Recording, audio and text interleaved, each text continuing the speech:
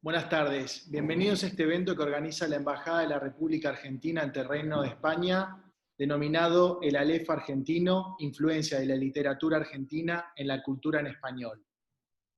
Hace un año la Dirección de Cultura de nuestro Ministerio de Relaciones Exteriores propuso a todas nuestras embajadas desarrollar actividades cuyo objetivo fuera la difusión de los movimientos vanguardistas de los años 20 y 30 del siglo pasado.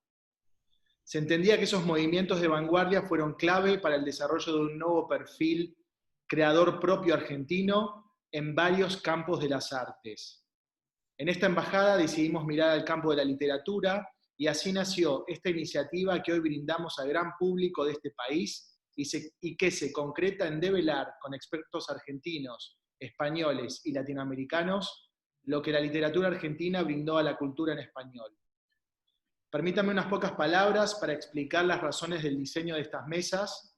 Solo hacer mención que en aquellos años muchos escritores volvían a nuestro país después de una formación europea y su creación tuvo lugar en una realidad local diferente a la misma. ¿Cuál es la particularidad de aquella década?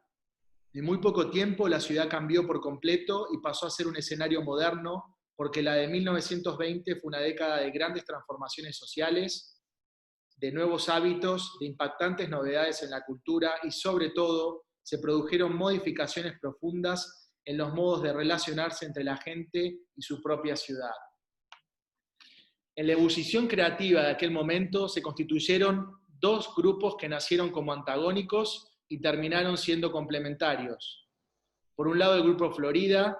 Para estos artistas, el lenguaje de la obra debía ser autónomo con respecto a los valores de la sociedad dominante, y sostenían que el arte no debía tener una función social.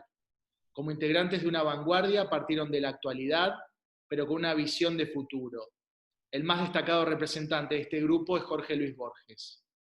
Muy distinta era la realidad de los escritores del grupo Boedo, mucho más modestos en fortuna y capital cultural, no recibieron las influencias determinantes de los centros de vanguardia europeos, y en realidad estaban preocupados por una literatura realista que diera cuenta de los numerosos conflictos sociales. Aunque con el tiempo algunos componentes cambiaron de grupo, muchos llegaron a decir que eran bastante parecidos. Finalmente, ningún escritor argentino estudió estos temas que tratamos mejor que Ricardo Piglia, y valga esta mesa como homenaje a su valioso aporte. Luego de una larga y penosa enfermedad, falleció el 6 de enero del año 2017 a los 75 años de edad. Los componentes de esta mesa son expertos en literatura argentina y latinoamericana, conocedores de las vanguardias de los años 20 de los escritores Jorge Luis Borges y Ricardo Piglia. A continuación, tengo el agrado de presentarles a los expertos que intervendrán y que darán cuenta de la influencia de nuestra literatura en la literatura de habla hispana. En primer lugar, menciono al coordinador y seleccionador de los ponentes que dirigirá ambas mesas. Guillermo Ross nació en Buenos Aires en el año 1973 y reside actualmente en Madrid desde el año 2002. Es escritor y ha ejercido como periodista cultural y coordinador de talleres de escritura creativa y clubes de lectura. Su última publicación es El Indio Cíclope, novela ilustrada por Oscar Grillo. Hoy en la mesa dedicada a Ricardo Piglia y la máquina de leer intervendrán Fernando Iwasaki, nacido en Lima en el año 1961, quien es narrador, ensayista, historiador, gestor cultural y profesor universitario. Es autor de numerosas novelas y editor de varias antologías. Sus relatos han sido recogidos en diversas antologías de España y América Latina. Y su obra ha sido traducida al checo, al ruso, al inglés, al francés, al italiano, al rumano y al coreano. Marcelo Luján, por su parte, nació en el año 1973 en el barrio de Mataderos de la ciudad de Buenos Aires. A principios de 2001, por razones voluntarias, se radicó en esta ciudad de Madrid, donde vive en la actualidad. Trabaja como coordinador de actividades culturales y talleres de creación literaria. Es autor de cuentos, prosa poética y novelas, recibiendo el premio Ciudad de Getafe de novela negra en el año 2009, el premio Dashiell Hammett el Premio Tenerife Noir y el Premio Nobel Paul. En 2020, su cuarta colección de cuentos, La Claridad, obtuvo por unanimidad el 6º Premio Internacional Ribera del Duero. Parte de su obra fue seleccionada en campañas de fomento a la lectura y traducida al francés, al italiano, al checo y al búlgaro. Mañana jueves, finalmente, en la mesa dedicada a Jorge Luis Borges y los jóvenes intervendrán Clara Obligado, nacida en Buenos Aires, quien está radicada desde el año 1973 en España, es licenciada en literatura y ha dirigido los primeros talleres de escritura creativa que se organizaron en este país, actividad que ha llevado a cabo para numerosas universidades y diversas instituciones y que realiza de forma independiente. Es autora de novelas, cuentos y antologías, tiene numerosos libros de ensayo y es colaboradora en medios periodísticos. Su obra ha sido traducida a diferentes idiomas y fue galardonada con el Premio Femenino Lumen y el Premio de Novela Breve Juan March Sencillo. Su última publicación es Una casa lejos de casa, la escritura extranjera, cuya presentación tuvo lugar ayer en la librería Alberdi de esta ciudad capital de España. Finalmente, José Manuel Fajardo nació en Granada en el año 1957, es escritor, periodista y traductor, vivió en París durante 9 años y desde hace 10 reside en Lisboa. Ha sido redactor y colaborador de numerosos medios de comunicación españoles e internacionales, tales como El País, Le Monde Diplomatique, Infolibre y Senda. En 1992 recibió el Premio Internacional de Periodismo Rey de España. Es autor de novelas y relatos. Sus obras están traducidas al francés, al italiano, al alemán, al portugués, al griego, al serbio y al rumano. Ha recibido en Francia los premios literarios Charles Brisset y Alberto Benvenisti. A continuación, le doy la palabra a Guillermo Ros para continuar con esta actividad. Muchísimas gracias. Gracias, Francisco.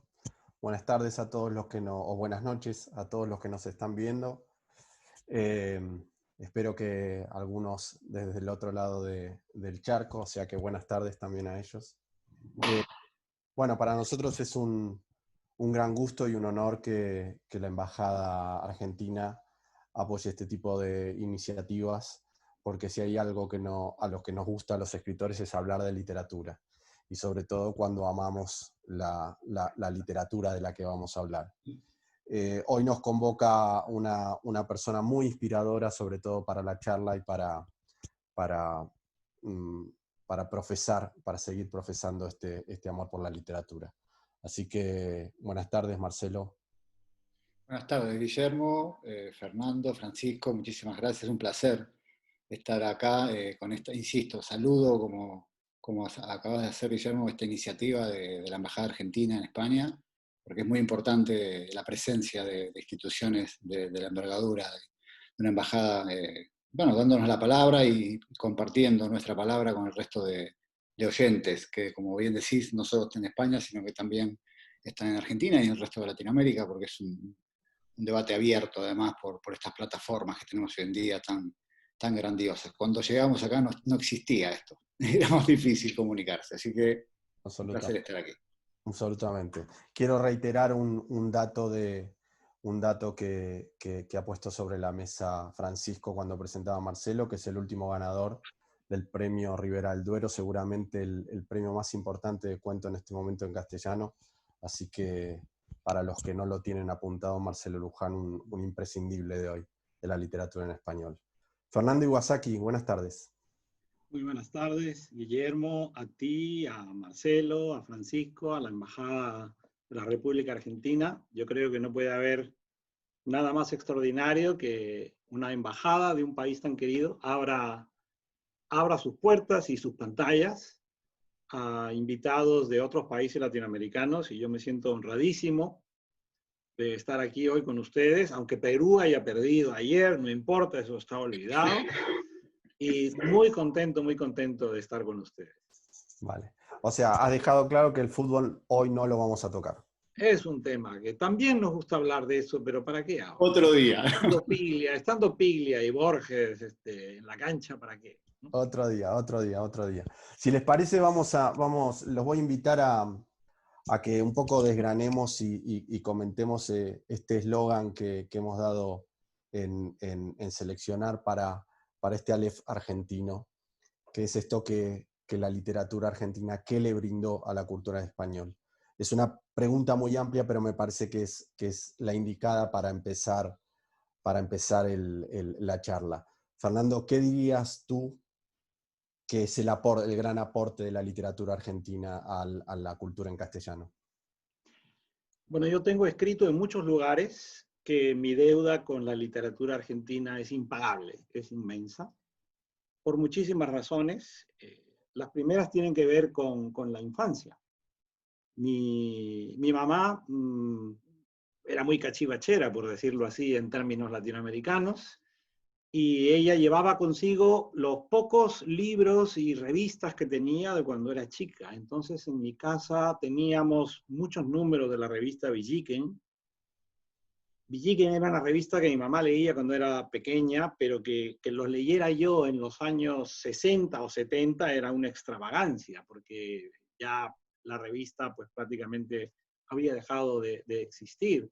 Pero es que además mi madre tenía la colección completa de la editorial Robin Hood, una editorial juvenil que me gustaría recordar que Piglia, en el primer volumen de los diarios de Emilio Renzi, nos dice que él se recuerda leyendo un volumen amarillo de Edmondo de Amicis, Corazón. Ese mismo volumen amarillo lo tenía yo, y el que he encontrado más a la mano es este de Bomba, El niño de la selva, de Roy Rockwood, de la colección Robin Hood. Es decir, cuando Piglia habla de los hijos del Capitán Grant, cuando Piglia habla de su libro de los caballeros de la tabla redonda, todos eran de la editorial Robin Hood, y esos mismos libros los he leído yo. Mi madre es mayor que Piglia, nació mucho antes, y me conmueve saber que esas mismas ediciones yo las tuve en mis manos, y que fueron también los primeros engranajes de mi propia máquina de leer. Dicho esto, que tiene que ver con la infancia, luego pues lo que yo le debo a Cortázar, lo que yo le debo a Borges, a quienes leí de adolescente, porque primero me interesé por Edgar Allan Poe y descubrí que el traductor era Julio Cortázar. Su prólogo me parecía un prólogo fascinante porque te describía, por ejemplo, las borracheras de Edgar Allan Poe, la muerte de Edgar Allan Poe en Baltimore. Eso era tan interesante como los cuentos que había traducido. Y entonces me propuse buscar más libros de este señor Cortázar. Y el primero de los que cayó en mis manos fue Historias de Cronopios y de Famas, y yo creo que eso terminó de hechizarme para siempre como lector, porque en ese libro no solamente te contaba historias, sino que creaba un mundo que parecía un mundo paralelo al nuestro, con unas criaturas como los cronopios, las famas y las esperanzas que nunca me han abandonado. Y Borges lo descubrí a través del Libro de Arena, y leyendo el primero de los cuentos del Libro de Arena, que es el otro, cuando el joven Borges se encuentra con el Borges mayor está en el Yard de Harvard y el joven Borges en Ginebra, pues a mí eso inmediatamente me llevó a los cómics de superhéroes, donde siempre hay saltos temporales. Es decir, para mí la impresión de Borges y Cortázar siempre fue muy, muy pop, siempre fue muy de multiverso. Y luego ya en los últimos años de secundaria y en la universidad, pues es el momento en que empiezas a leer a Sábato, empiezas a leer a Mujica Lainez, empiezas a leer a muchísimos otros escritores de esa galaxia infinita que es la literatura argentina.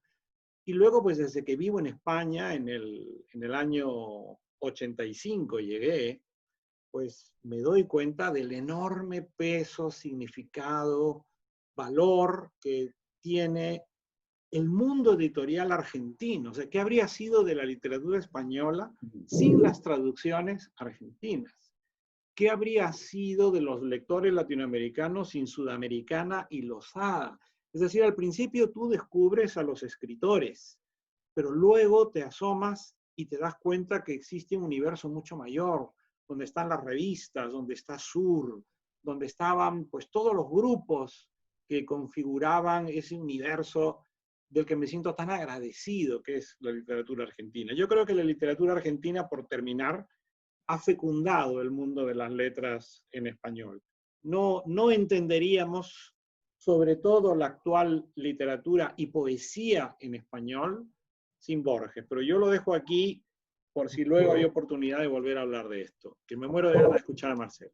Muy bien. No, pero bueno, precioso lo que dice Fernando Iwasaki, porque además es una visión que aporta cierto componente extranjero, latinoamericano, a la concepción que tenemos nosotros, los que como mi generación estamos educados en la tradición literaria argentina, ¿no? Esta tradición literaria que Fernando Iwasaki también puntualizó con el recorrido que hizo recién, partiendo de revistas, que yo la verdad que no sabía que en Latinoamérica estaba la revista Villiquen, que por cierto también fue una editorial. ¿Sí? Mis dos primeras lecturas como individuo, que ahora parece una tontería decirlo, son dos libros, Corazón, de Mundo de Amichis, y La Isla Misteriosa, de Julio Verne, que no las tengo aquí, me las he llevado a todas mis mudanzas de todos los países donde estuve. Yo le pedí a los Reyes, cuando tenía 8 años, una patineta, un patinete que se dice acá en España, y me trajeron esos dos libros, además del patinete, por supuesto, ¿no? Entonces mis padres me querían invocar algo en mí, y fueron mis primeras lecturas, 2 años de vacaciones de Julio Verne, lo cual empecé a leerlo de un modo compulsivo a partir de esa lectura. De hecho, a la Feria del Libro de Buenos Aires, que en la escuela primaria, al menos en la escuela primaria pública, era una excursión obligatoria en abril, ¿no? A ir a la Feria del Libro. Y yo no quería ir nunca porque Julio Verne no iba a estar. Mi concepción de la literatura partió de Julio Verne y partió de la colección Villiquen, que, bueno, recupero esto porque Fernando había hablado de la revista, que también conocemos, ¿no? Anteojito y Villiquen, también nos educamos un poco con eso, Guillermo se ríe. Pero esta tradición literaria argentina que nosotros no tenemos conciencia plena hasta que no nos vamos de Argentina, ¿no? Y hablamos con autores y autoras y compañeros y compañeras ahora mismo aquí, incluso de generaciones posteriores a la nuestra, o un poco más grandes como es Fernando, en España, españoles, y nos dicen que en los años 60 y 70 se leían los libros de Losada. Eran los libros que la gente intentaba buscar en España, donde es una editorial argentina, ¿no? Otra cuestión que habló Fernando, Edgar Allan Poe. En lengua española amamos a ese señor porque es una palabra de Cortázar. Es decir, las lecturas que tenemos de Poe, los que no leemos en otra lengua que no sea el castellano, el español, es la mano de Cortázar, ¿no? El valor que tiene eso, ¿no? Bueno, ¿qué voy a hablar de Borges? Yo con el tema de los grupos que Francisco mencionaba al principio, que es una cuestión fundacional casi en Argentina, el Grupo Florida y el Grupo Boedo. Yo soy un poco más del Grupo Boedo, como me dijo, cuando soy de Mataderos, y me abrigo un poco más a ese grupo, pero por supuesto, ¿no? El Grupo Florida, y luego lo que es el Grupo Sur, ¿no? Con Victoria y Silvina Ocampo, y Bioy Casares, que hay una entrevista que siempre recuerdo, preciosa, cuando murió Borges al año siguiente, a Bioy Casares, que estaba en París, le hicieron una entrevista en Viva, en la revista de Clarín, y me acuerdo el titular, yo era bueno, era adolescente, preadolescente casi, y decía Bioy Casares, el titular de la nota era "La vida sin Borges es muy, muy pobre", ¿no? Lo que fue Bioy, el Grupo Sur, y lo que significa para Latinoamérica, como dijo, bueno, para la lengua española, lo que significa Borges. Cortázar, un autor con el que nos criamos prácticamente. Nosotros, bueno, Fernando es un excelente cuentista y Piglia es un excelente cuentista. Fue un excelente cuentista, lo mismo que Borges, que no escribió novela. Digo, para reivindicar un poco este género que es parte de la tradición argentina, rioplatense y latinoamericana, ¿no? El cuento. Ahora, de a poco implantado en España, es un género, por ejemplo, que Piglia tiene más libros de cuentos que novelas. Y leyendo a Cortázar, que es el gran cuentista de nuestra lengua, a mi juicio. También Latinoamérica y España y la cultura iberoamericana entiende el cuento a partir de varios maestros y maestras, pero sobre todo de Cortázar.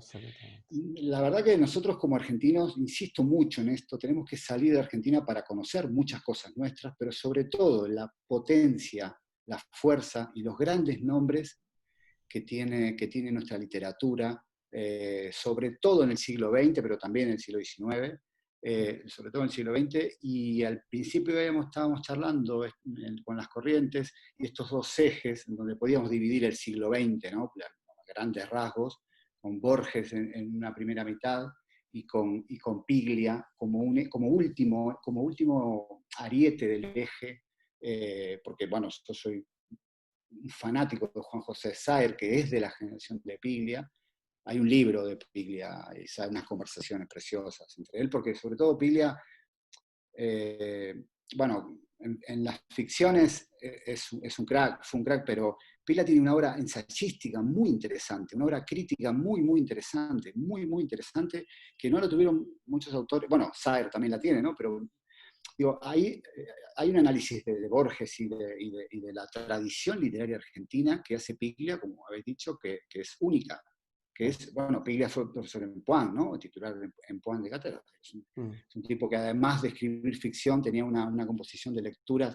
La novela negra argentina es Piglia, es el inicio de la novela negra argentina, de la novela policial, perdón, argentina, es Piglia.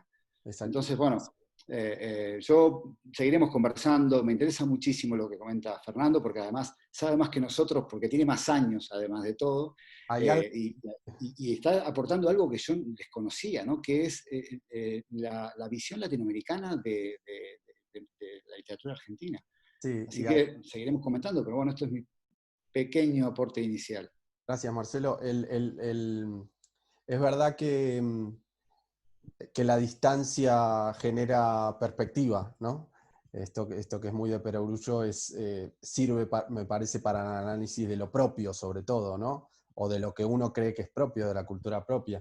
Pero es verdad también lo que señala Fernando, que quizás los argentinos que vinimos también pensamos en la producción literaria, en los autores, pero no en la maquinaria cultural que produjo esos grandes nombres como Losada, como nombraba Fernando. Y gracias, Marcelo, también por un poco poner en claro a los que nos ven cómo se manejan estas dos mesas. Pensamos como en dos partes, como en el principio de la vanguardia y el final, o lo más cercano que tenemos al estudio de las vanguardias que hace Piglia, no solo analizándolas, sino escribiéndolas. Sí, Marcelo. Sí, perdón, Guillermo, que esto creo que es de interés general. Es que Piglia, como digo, último ariete, o sea, la siguiente vanguardia Piglia todavía no tenemos perspectiva para analizarla, que se está formando, digamos. Piglia es el último gran joven maestro que tuvimos nosotros, al menos como argentinos, y Fernando nos está dando cuenta que también en Latinoamérica no hay vanguardia posterior a Piglia, porque todavía no hay tiempo para verla, ¿no? Absolutamente, absolutamente. Y además, Francisco hablaba de la muerte de Piglia, que para toda una generación, sobre todo la que representamos Marcelo y yo, es la muerte del último mohicano, ¿no? Fernando, ¿cuál es tu conexión con Piglia? ¿Cómo llegas a él? Bueno, yo llego a Piglia porque se publicó en España a fines de los 90, claro, en la editorial Lengua de Trapo, que ya desapareció, un libro que incluso me atrevería a decir que pasó casi desapercibido. Y fue mi primera conexión con un libro de Piglia viviendo en España. Y a partir de allí, pues vino una tarea que era muy compleja, que era tratar de leer la obra de Piglia desde España. Yo recuerdo que en la muerte de Piglia, Patricio Pron escribió un artículo muy interesante donde explicaba cómo en España a Piglia se le había leído un poco desordenadamente, porque Anagrama había ido publicando pues, sus últimos libros, pero estaban pendientes todavía los primeros. Me pareció una observación muy interesante, formulada desde un lector argentino, ¿no? Yo diría que en general para todos los lectores era un placer leer a Piglia. Y sin embargo había un libro de Piglia que siempre me sorprendía mucho, que era Crítica y Ficción. Estoy de acuerdo con Marcelo en que la dimensión ensayística, el espesor de Piglia como pensador y como alguien que está dilucidando lo que ha ocurrido con la literatura argentina es extraordinaria y sobre eso yo hablaría muchísimo tiempo porque me parece fascinante. Crítica y Ficción es un libro para mí extraordinario porque a mí me parece que lo que Piglia hace con Borges, que es buscarle su conexión con Roberto Arlt y a partir de ahí explicar cómo Borges presuntamente construye una tradición donde no hay novelistas, donde no está Proust, donde no está Thomas Mann, porque son los autores con los que Borges no quiere dialogar, porque no tiene novela. Entonces Borges prefiere dialogar con Edgar Allan Poe, con Kipling, con Stevenson y con Chesterton, por ejemplo, ¿no? Y sin embargo yo aquí hago una digresión, una especie de nota a pie de página, porque mañana hablarán Fajardo y... Claro. Sí, hablarán sobre Borges y hablarán estupendamente, ¿no? Pero, por ejemplo, Borges tiene, entre los muchísimos méritos que podríamos enumerar, el haber puesto en valor a una figura como Chesterton. Porque tú te vas a una librería de Londres, tú te vas a cualquier Waterstone de Londres y no encuentras un libro de Chesterton en la mesa de novedades. Es decir, a Chesterton los británicos ya no lo leen. Ahora tú te vas a una librería de México, te vas a una librería de Chile, te vas a una librería de Argentina, de Lima y por supuesto cualquier librería de España y te vas a encontrar con novedades de Chesterton. Novedades de Chesterton publicadas en España por El Acantilado, o por Renacimiento, por Escuela de Plata, o en México por el Fondo de Cultura Económica, por Sexto Piso, en Argentina por Eterna Cadencia. Es decir, Chesterton, ¿por qué lo leemos en español?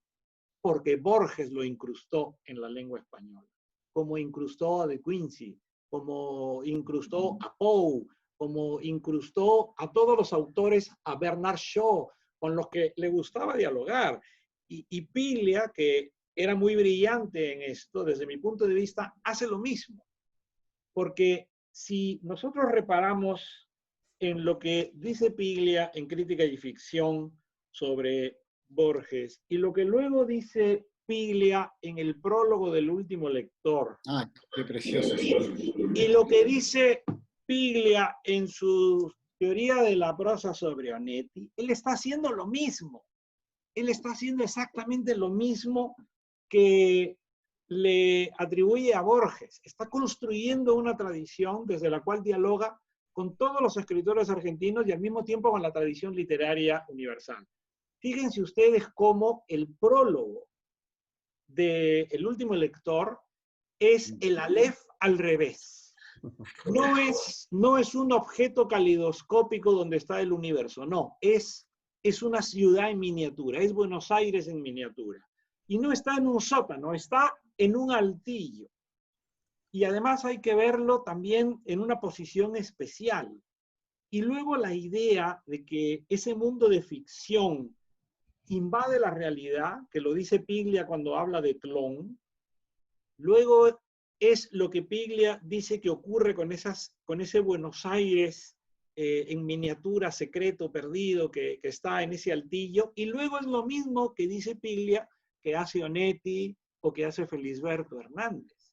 Entonces me parece genial cómo Piglia nos dice que Borges crea fórmulas y luego él utiliza también esas fórmulas para construir su propio lugar desde el cual habla de la tradición literaria argentina. Una tradición que a mí me parece que sigue siendo una tradición que se ha renovado. Yo creo que ustedes, como argentinos, tienen, digamos, a sus compañeros escritores un poco a una distancia diferente de como yo los leo.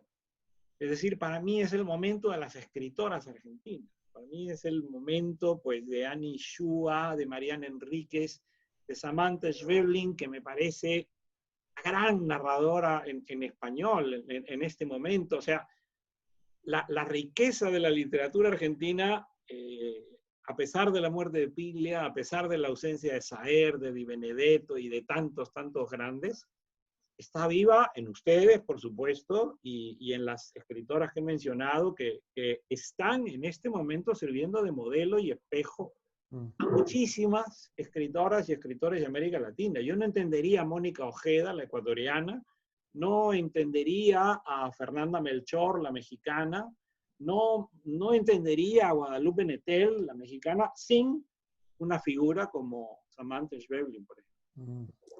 Fernando, estás haciendo un recorrido extraordinario de la literatura y... Yo estoy encantadísimo de escucharlo, Fernando. Estoy aquí como un oyente, pero con mucho gusto, porque está diciendo cosas desde una visión que nosotros como argentinos ignoramos, porque no podemos ver, ¿no? Yo a las escritoras que nombra y a otras escritoras, perdón, El Fernando. Balmada, en fin, tantas, ¿no?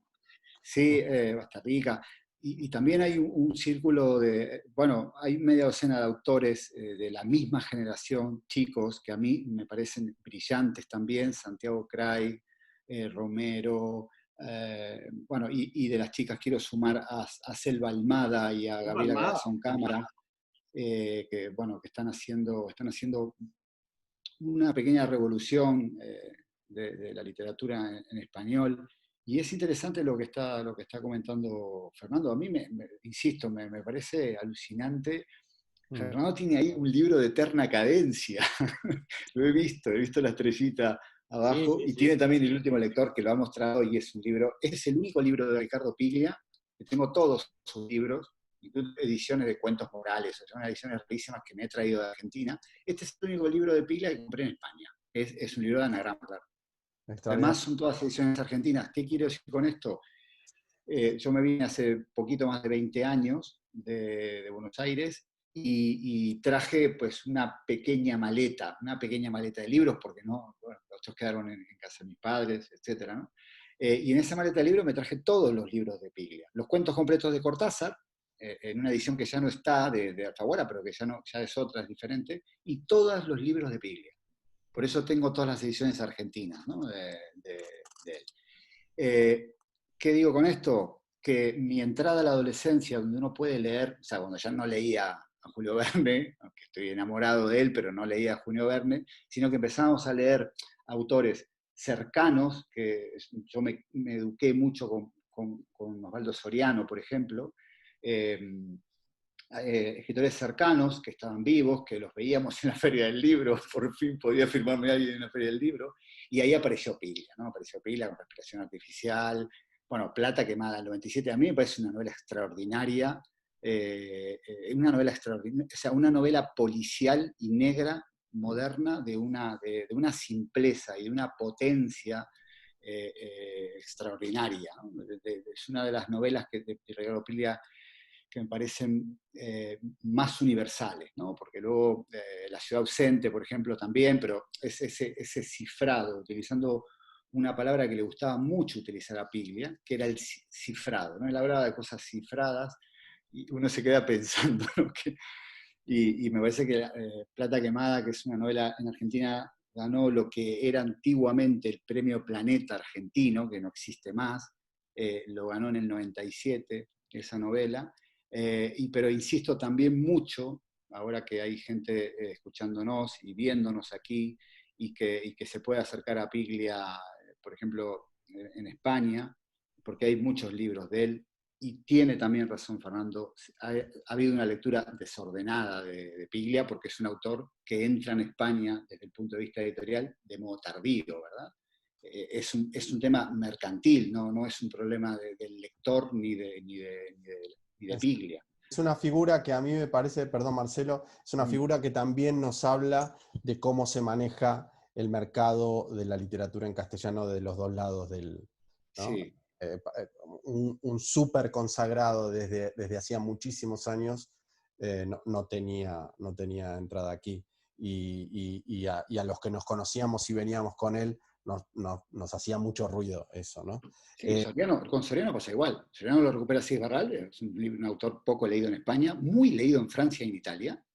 Y esto, bueno, me gustaría saber la opinión de Fernando de este de esta lengua común que nos separa, ¿no? Como dice Taibo, ¿no? Este océano que nos une y esta lengua común que nos separa por el mercantilismo editorial. Santiago Gamboa, que es un autor de nuestra generación, fue leído antes en Italia y en Francia que en España, Sí, escribiendo originalmente en Colombia en español. O sea, es un caso que es alucinante, ¿no? Y habrá más casos.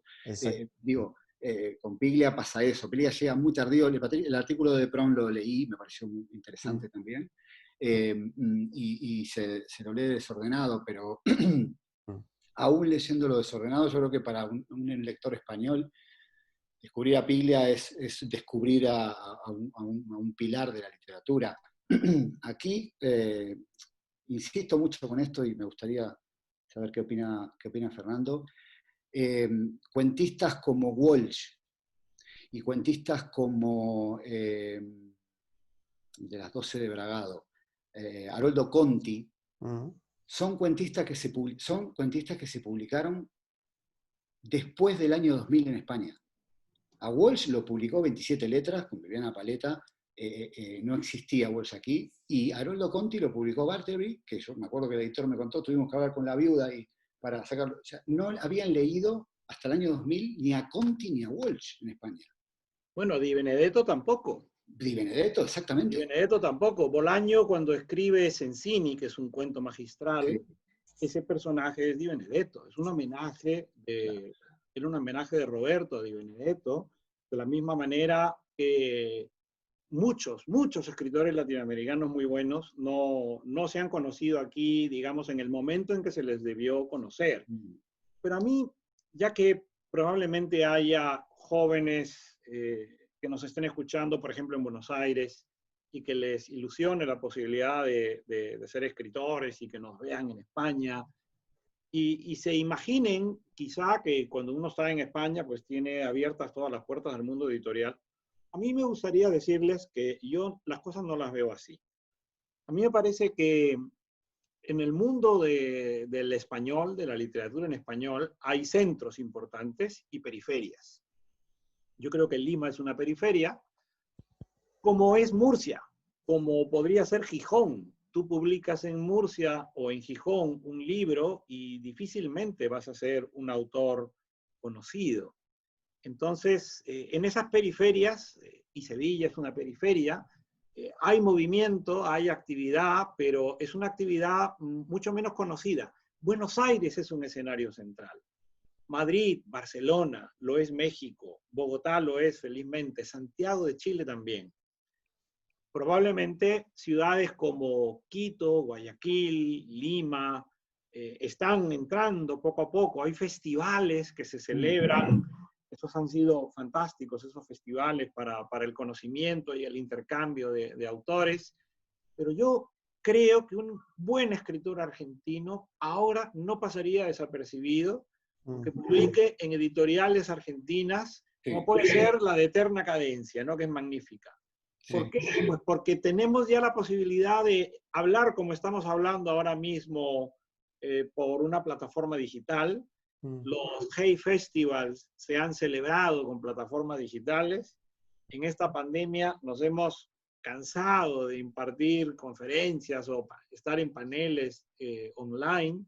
Y yo siento que eso es lo que va a permitir que no vuelva a pasar, pues, con Haroldo Conti o con otros autores que ha mencionado, con los jóvenes de hoy, ¿no? Sí. A Ribeiro le pasó. A Ribeiro, gran escritor, adoradísimo en el Perú, y sin embargo no termina Ribeiro todavía de encontrar un número de lectores a la altura del amor que le profesamos, ¿no?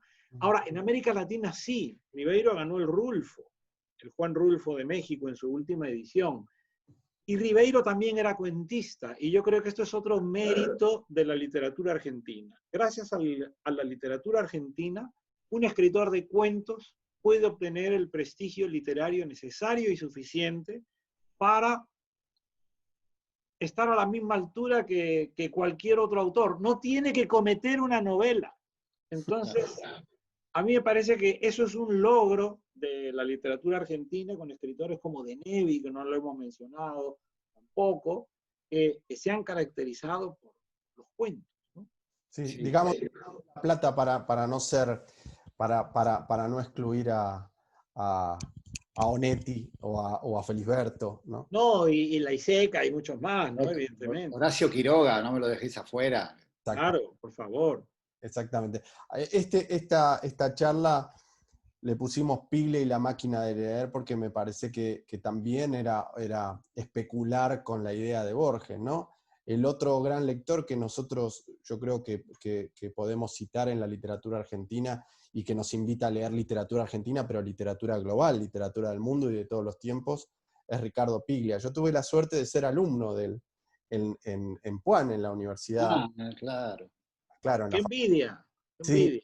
sí, además porque era una persona encantadora, ¿no? Entonces con él hice un seminario que se llamó Formas Breves, pero lo que quería contar era que él era un fenómeno, y de esto saldrá una pregunta, él era un fenómeno mediático dentro de la universidad, porque era la persona que contaba la historia de la literatura e invitaba a la lectura de las más variadas, desde Sarmiento a Chesterton, y lo contaba todo como si fuera un gran relato. Sí. Te escuchamos, Iwasaki, y eres de esa estirpe, ¿no? Entonces, la pregunta es, ¿qué importancia tiene un autor como Piglia a la hora de invitarnos a leer a los escritores? Marcelo Luján. Bueno, hace 25 años salió una publicación que se llama Primera Persona, un libro que sacó Norma en Argentina, que era Graciela Esperanza entrevistaba a 10 o 12 escritores argentinos, escritores y escritoras de los famosos, le hacían una foto, era un libro escrito en coautoridad, le hacían una foto y le hacían una entrevista en su casa, ¿no? Juan Martini, Fowil, Piglia, Soriano, estaba vivo todavía, es antes del 95 esto, y la particularidad de ese libro, que es un libro precioso, que lo tengo aquí, yo ahora mismo no lo traje a la mesa, era que todos los autores tenían que empezar, bueno, también está Juan José Sar en ese libro, tenían que empezar la entrevista con un texto autobiográfico, escrito por el autor, ¿no? Una autobiografía. La de Saer eran 4 líneas, la de Soriano pues es una autobiografía con el hilo conductor de un gato, claramente, donde él recorre toda su vida a través de ya estaba enfermo ahí, no podía fumar y explicaba.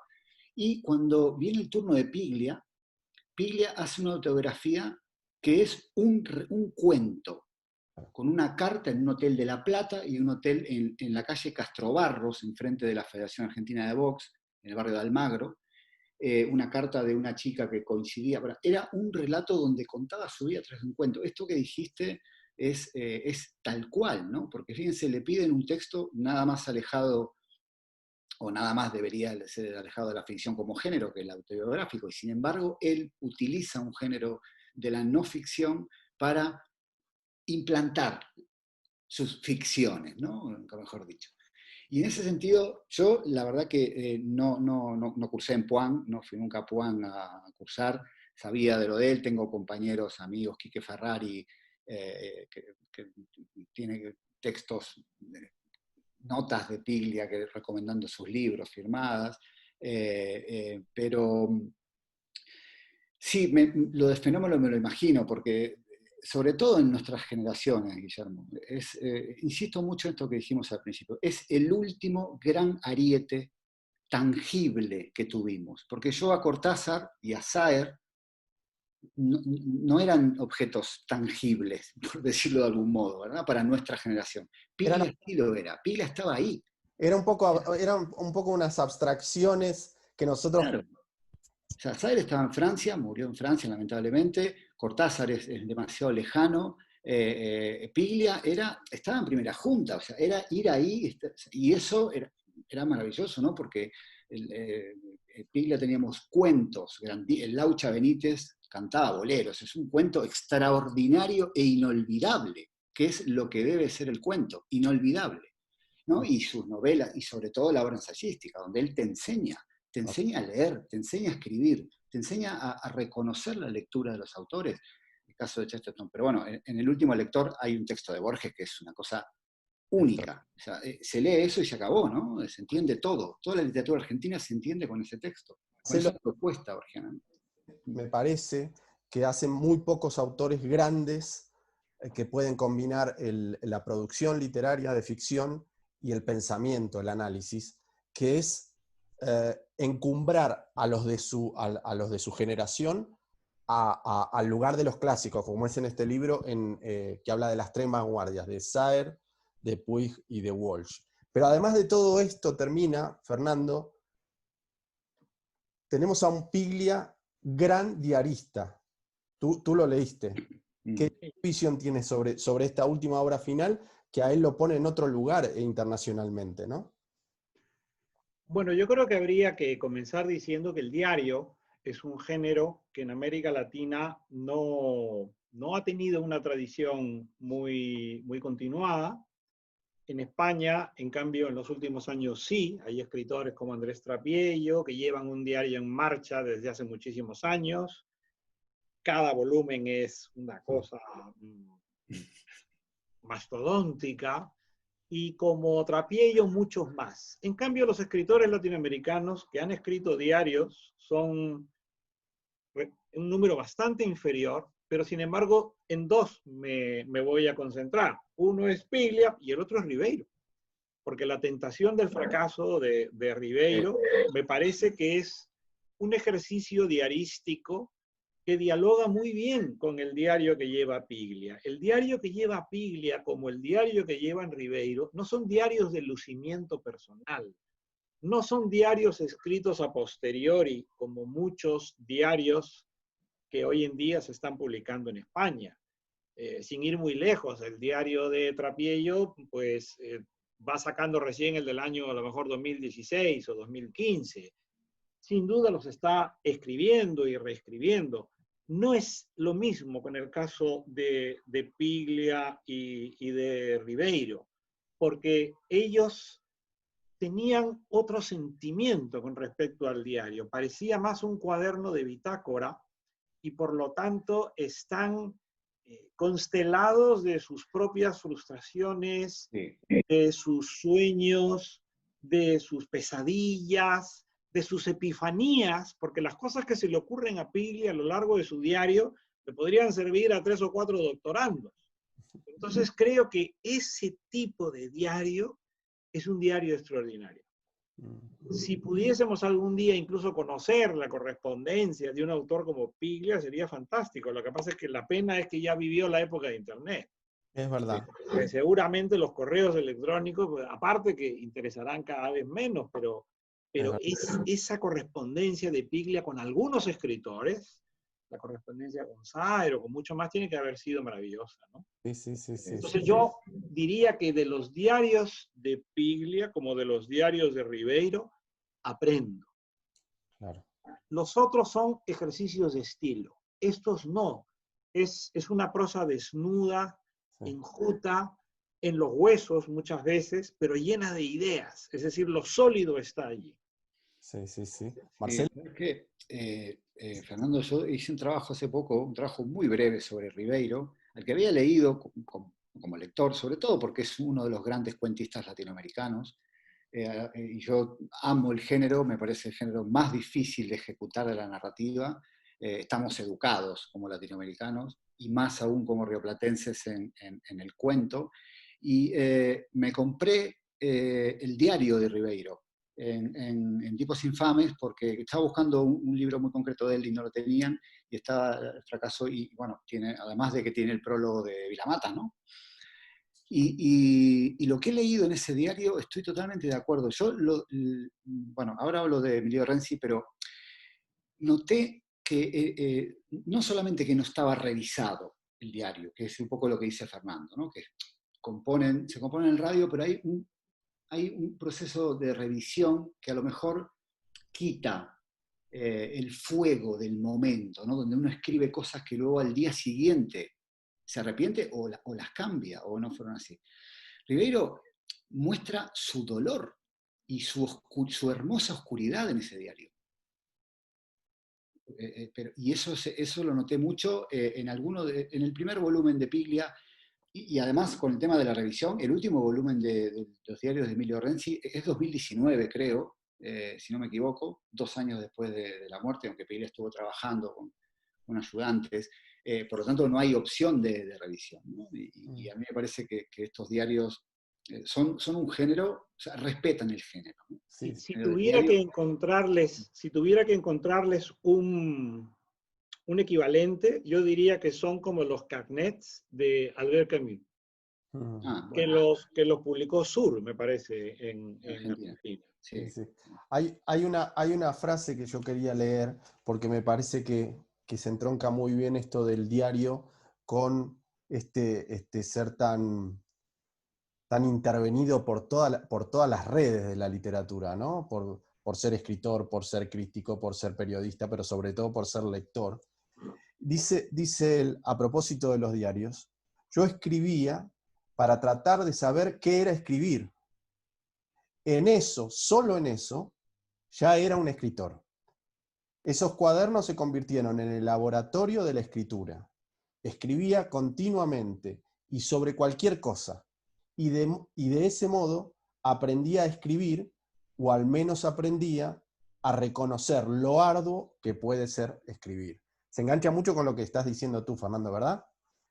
Y mira, a mí me gustaría entroncar lo que tú estás diciendo y todo lo que hemos conversado con el título de la mesa que nos reúne hoy, porque a mí me gustó mucho el título de Piglia, la máquina de leer, y me puse a pensar qué tipo de máquina sería Piglia, porque Piglia utiliza muchas veces la palabra máquina, En su ficción. pero en crítica y ficción habla del cine como la máquina de narrar. Y en el prólogo del último lector define esa ciudad delirante en miniatura, ese Buenos Aires secreto que está en el Altillo, lo define como una máquina sinóptica. Entonces, yo me puse a pensar, ¿qué máquina sería Piglia? Y entonces, como he pensado en máquinas reales, pues yo me he figurado que Piglia es el acelerador de partículas, este que está en Ginebra, que tiene que reproducir el Big Bang en su interior y para eso tiene que atraer a todas las moléculas, a todas las partículas, que esa es la literatura argentina y la universal. Piglia lo que está haciendo es reunirlas a todas en esa máquina que era él, y nosotros en este momento lo que tenemos que estudiar es la explosión que sigue. Nuestra misión es, porque él ha hecho eso con Borges, es decir, los atrajo a todos. En el acelerador de partículas reprodujo el Big Bang de la literatura argentina, latinoamericana y universal. Nosotros estamos analizando las esquirlas, la explosión, y me parece que ese es el juego al que nos invitaba Piglia, ¿no? Absolutamente. Y el título es acertadísimo, bueno, además de la utilización del sustantivo para explicar cuestiones técnicas muchas veces. En La ciudad ausente, el eje del conflicto es esa máquina misteriosa que reproduce ficciones, ¿no? O que intenta reproducir ficciones. Es un concepto que a él le gustaba mucho. Y esta figura que hace Fernando sobre que él juntó a todos, ¿no? Como la máquina esta de Ginebra, nada, me da un poco de nostalgia que no tengamos a Piglia en el 2070 juntando a la generación de ahora, ¿no? Una generación que él no alcanzó a leer prácticamente y que se ha modificado mucho en cuestiones literarias, sobre todo porque es lo único bueno que nos dio la globalización, ¿no?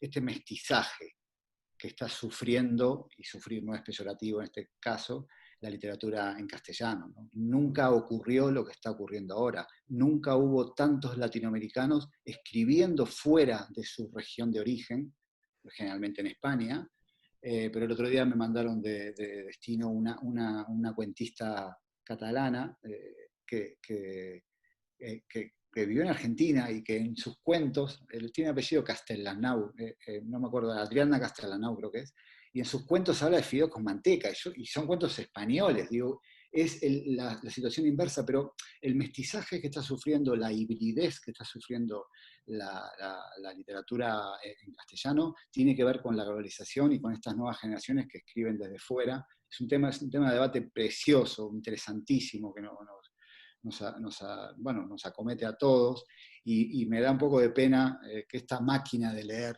que es Ricardo Piglia, y máquina de analizar lecturas y movimientos de autores, no nos analice a nosotros, ¿no? Porque sería, aunque nos pongan aunque seamos el último mono, hubiese sido maravilloso, ¿no? Fíjate, Ojalá Marcelo, hubiese otro Piglia. Marcelo, yo creo que el fenómeno que tú describes nunca como ahora ha sido más exuberante, pero siempre ha existido. No me tengo que remontar al Inca Garcilaso. En la época del modernismo, en la época del 900, París y Madrid estaban llenos de latinoamericanos. Por España venía un escritor argentino que no sé si en Argentina estará muy olvidado, se llamaba Arturo Capdevila. Este señor escribía incluso en catalán. Fantástico. Yo he visto libros suyos. En España escribía en catalán y en Argentina escribía en español.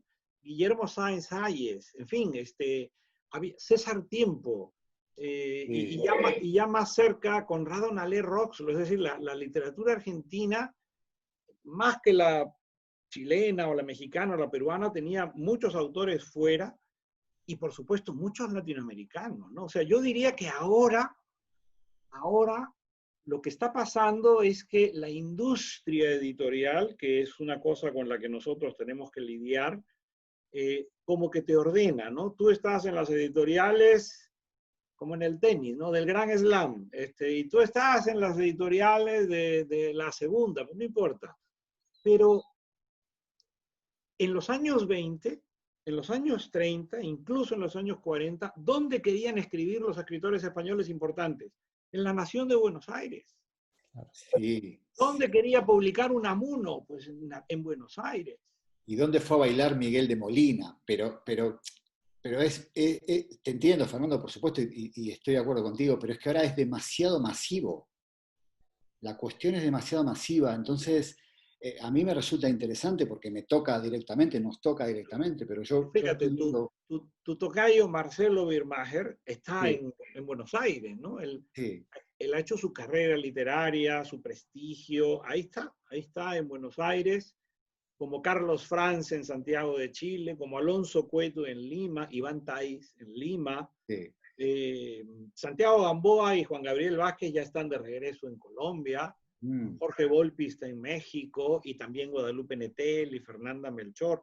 No, fíjate, yo diría que las cosas están como cayendo un poco en su sitio. Los que estamos fuera, y yo creo que es bueno que la gente lo sepa, ¿no? Los que estamos fuera lo estamos por proyectos familiares, no literarios.